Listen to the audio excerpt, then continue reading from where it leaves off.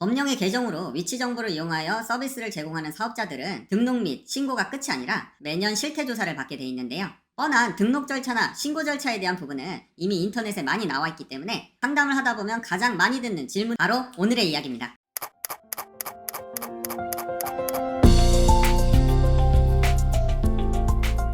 안녕하세요. 세상의 모든 행정대리의 행님TV 김진호 행정사입니다. 오늘은 위치정보 사업에 대해서 얘기를 해보려고 하는데요. 저희 행정사업업인 믿음이에서는요, 기업지원센터를 운영을 하고 있고요. 이 기업지원센터에서는 기업의 여러가지 인허가 활동이라든가 인증에 대한 부분을 절차를 진행을 해드리고 있습니다. 그래서 오늘은 그 기업 인증 절차 중 위치정보 사업 등록에 대한 이야기를 나눠보도록 하겠습니다. 우선 위치정보 사업에 대해 알아보기 이전에 위치정보에 대한 개념을 먼저 잡고 가도록 하겠습니다. 위치정보란 움직이는 개인이나 특정 물체가 존재하였던 시간이나 위치, 장소에 대한 부분들이 GPS, 와이파이, 기지국, 비콘 등의 장비로 수집되어지는 정보를 얘기를 합니다. 말 그대로 개인이나 특정 물체의 위치값을 나타내는 정보를 얘기를 합니다. 그럼 이러한 개인 위치 정보들을 모아서 서비스를 하는 것을 위치정보 사업이다 라고 얘기를 할 수가 있습니다.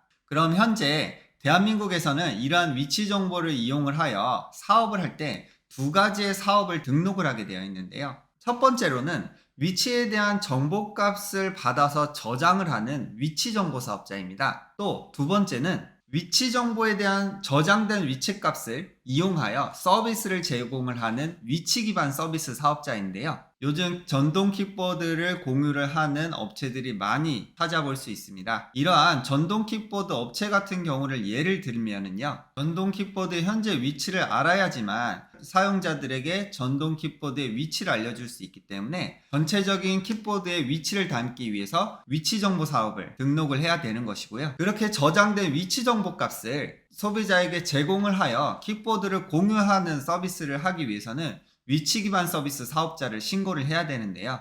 자, 그럼 여기까지 영상을 들으신 분이다 라고 하면 어느 정도 위치 정보 사업에 대해서 준비를 하고 있는 실무진이다 라고 생각하에 오늘은 위치 정보 사업이라든가 위치 기반 서비스를 등록하는 방법, 뻔한 등록 절차나 신고 절차에 대한 부분은 이미 인터넷에 많이 나와 있기 때문에 상담을 하다 보면 가장 많이 듣는 질문, 바로 오늘의 이야기입니다. 첫 번째, 내가 하려고 하는 사업이 위치정보 사업에 해당을 하는지 안 하는지에 대한 부분을 먼저 검토를 해야 되는데요. 우리 사업장에서 개발하는 어플상의 지도가 지도맵 위에 단순히 사람의 GPS에 대한 신호만 잡혀서 그 사람만 볼 수 있다 라고 하면은 위치정보 사업에 대한 부분을 등록을 하실 필요는 없습니다. 하지만 그렇게 표시된 정보가 한 단계 더 나아가 그 사람이 필요한 무언가에 대한 부분을 지도상에 표출을 한다. 예를 들어 지도상에 나의 위치를 기준으로 주위에 맛있는 맛집을 자동으로 표기를 하는 어플이 있다. 내 위치를 기준으로 무언가 정보를 활용하여 서비스를 하는 것이기 때문에 위치 정보 및 위치 기반 서비스 사업자에 해당하십니다. 다음으로 가장 많이 듣는 질문은요,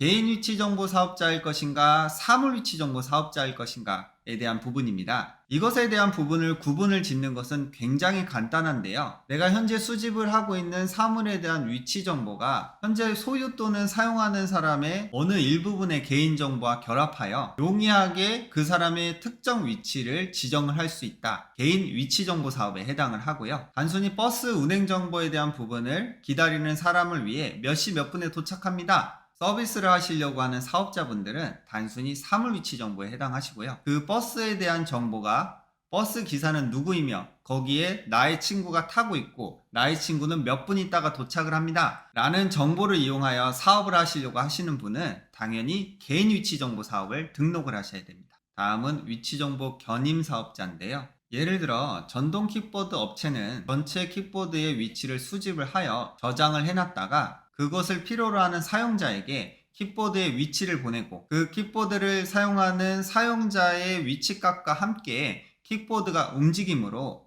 전동 킥보드 공유 사업 같은 경우에는요, 위치정보 사업자인 동시에 위치 기반 서비스 사업자인데요. 위치정보 사업에 대한 등록과 위치 기반 서비스에 대한 신고를 두 개 다 진행을 하셔야 됩니다. 하지만 위치 정보 값에 대한 부분을 가지고 올 수 있는 API, 즉 위치정보 사업자가 따로 있는 업체 같은 경우엔 위치 기반 서비스만을 신고하여도 되는데요. 안드로이드라든가 애플과 같은 API 서버를 이용하여 소비자에게 서비스를 제공하는 업체를 예로 들 수 있겠습니다.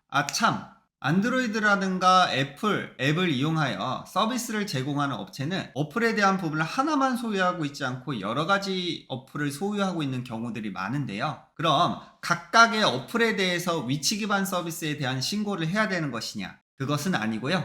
위치 기반 서비스는 사업자 번호별로 주어지기 때문에 하나의 사업장에서 4개의 어플을 사용하고 있다. 위치 기반 서비스 신고라는 사업계획서상에 4개의 어플을 한 번에 작성하여 각각 신고 절차 없이 한 번에 신고 절차를 하실 수도 있습니다. 그럼 신고 이후에 어플을 하나 더 개발했을 때는 어떻게 될까요? 현행법상으로 다시 신고를 해야 된다 라는 것은 없기 때문에 법령이 개정되기 이전까지는 어플이 추가가 됐다라고 하더라도 다시 신고를 하실 필요는 없습니다. 자, 다음으로 위치 정보에 대한 DB 데이터를 서버에 저장하지 않는 경우에는 위치 정보 사업이나 위치 기반 서비스를 신고할 필요가 없다. 잘못 알고 있는 사업자분들이 있는데요.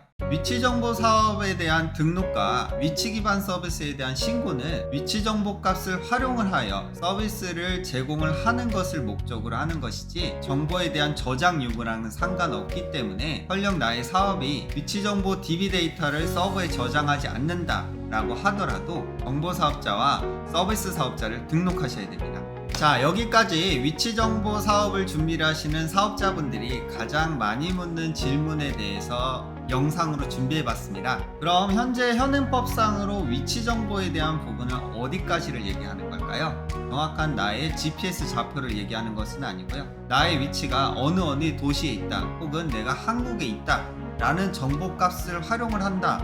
위치정보 사업자에 해당하는데요. 법령의 개정으로 위치정보를 이용하여 서비스를 제공하는 사업자들은 등록 및 신고가 끝이 아니라 매년 실태조사를 받게 되어 있는데요.